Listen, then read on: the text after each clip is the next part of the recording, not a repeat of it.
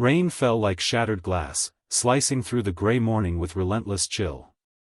The city was half awake, its streets slick with reflection, headlights, puddles, fragments of other people's lives. And in the middle of that restless world stood a man, drenched not by the rain, but by disbelief. His name was Adrian Holt, a man who owned towers that scraped the clouds, who turned glass and steel into empires. Yet that morning, his eyes were fixed on something he could not comprehend. Just beyond the marble gate of his mansion, near the side path where deliveries came and went unnoticed, his maid sat alone on the curb. Her uniform clung to her skin, soaked through.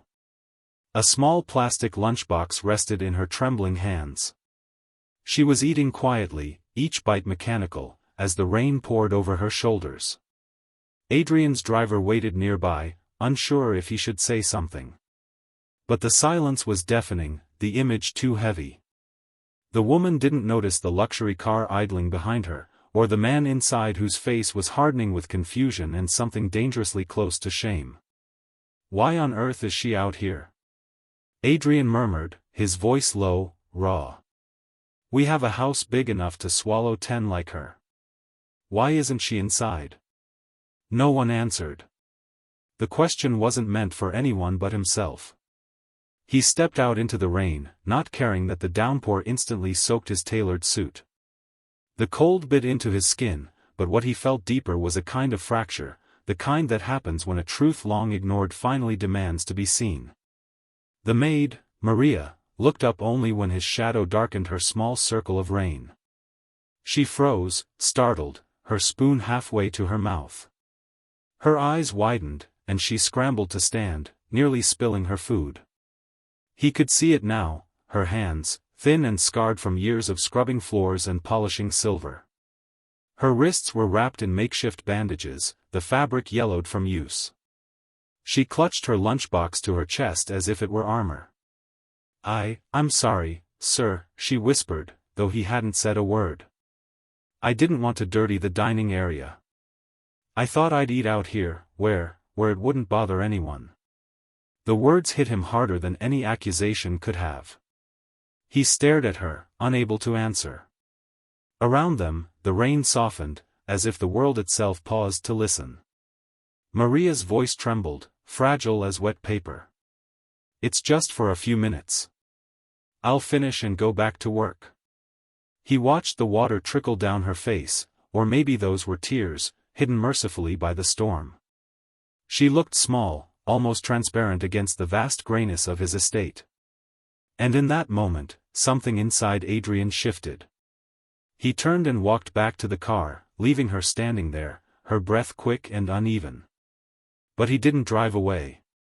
He sat inside, watching through the misted window as she returned to her small, sorrowful meal. For the first time in years, Adrian Holt felt like a stranger in his own world. The next morning, Maria arrived early as always. She greeted the guards with her shy smile, clutching her umbrella, the handle cracked, the fabric patched. She didn't notice the man standing in the upper hallway, watching her through the rain-fogged glass. He followed her quietly as she made her way to the kitchen. She began to prepare breakfast for the household, eggs, toast, coffee strong enough to wake the dead. She hummed softly, an old tune from her village, a lullaby about resilience, though no one else knew that. Adrian stepped forward.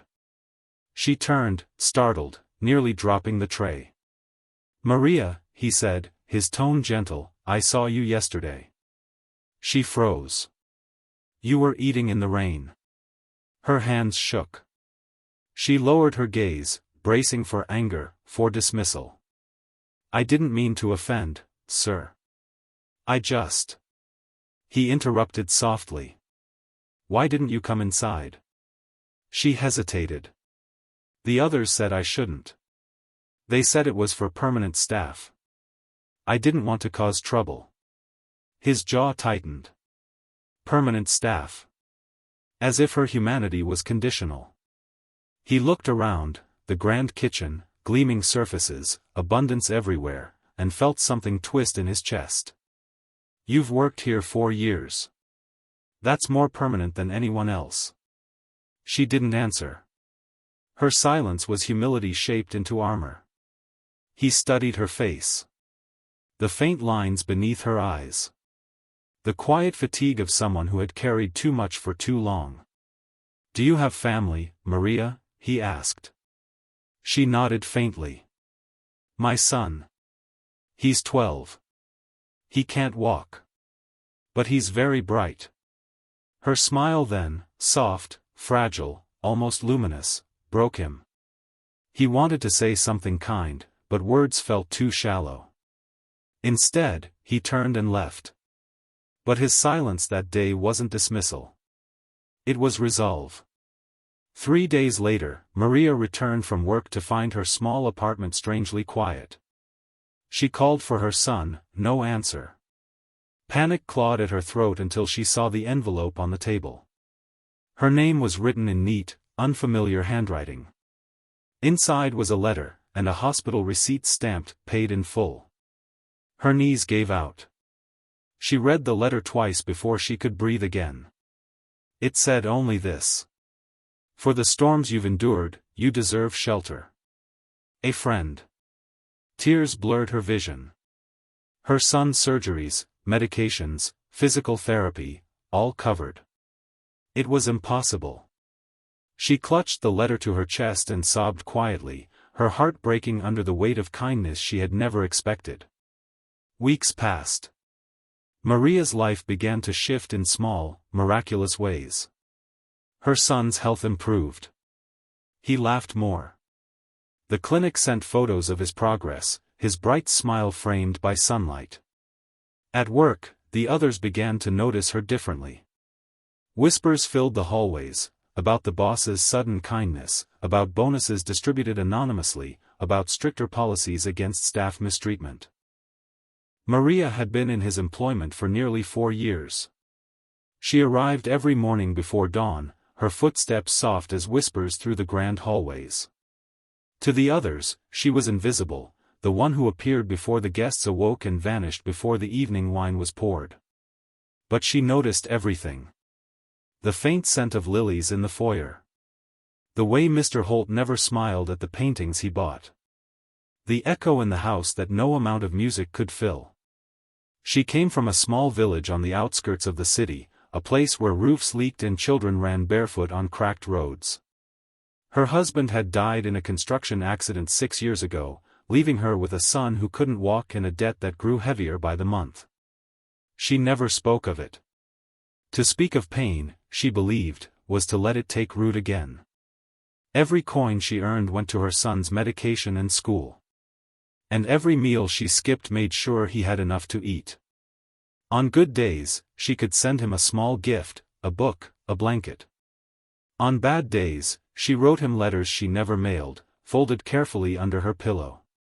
When it rained, memories of her husband's voice always returned, telling her that storms cleanse, that even the sky needs to cry. Perhaps that's why she didn't mind eating in the rain. It was the one place no one saw her as lesser. Back in the mansion, Adrian's thoughts refused to quiet. He couldn't shake the image, the woman crouched in the rain, protecting her food like a secret. The mansion's walls felt suddenly cold, its perfection suffocating. He asked his house manager why Maria hadn't used the staff dining area. The answer was blunt. "She chooses not to, sir. The others prefer she eat separately. She doesn't fit in." That phrase, "she doesn't fit in," gnawed at him. He thought of how many times he had used the same words to justify other injustices. In boardrooms. In negotiations. In life. He walked to the window overlooking the courtyard, where puddles shimmered with faint light. Maria was gone now, back to her duties, her soaked uniform replaced by another. He watched as she silently mopped the marble floors, her movements graceful, almost reverent. Not a single complaint. Not a glance of resentment. Something in her quiet strength unsettled him. That night, long after the house had fallen asleep, Adrian opened his laptop and searched her employment file. He found what he was looking for, her address, her emergency contacts, her son's medical documents. The boy's name was Daniel. 12 years old. Diagnosed with cerebral palsy. The hospital bills were staggering. The emergency contact listed was a small rural clinic, not even a proper hospital. He read the records until his eyes burned. Somewhere between the columns of numbers and medical jargon, he felt a surge of emotion he hadn't felt in years: shame.